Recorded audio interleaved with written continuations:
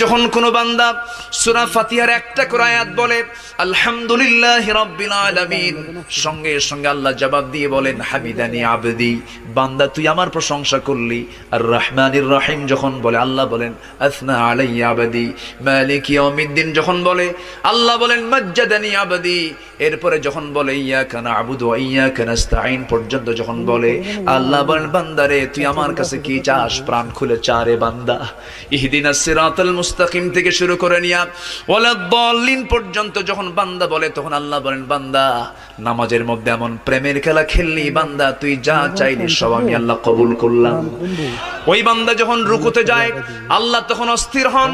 ওই বান্দা যখন সিজদায় যাওয়ার জন্য প্রস্তুতি নাই, সমস্ত ফেরেশতাকে ডাক দিয়ে বলেন ও ফেরেশতারা, এই বান্দাগুলো আমাকে দেখলো না, রাসূলকে দেখলো না, কোরআনকে দেখে হাদিসকে বিশ্বাস করে আমাকে খুশি করার জন্য, তার সবচেয়ে সম্মানজনক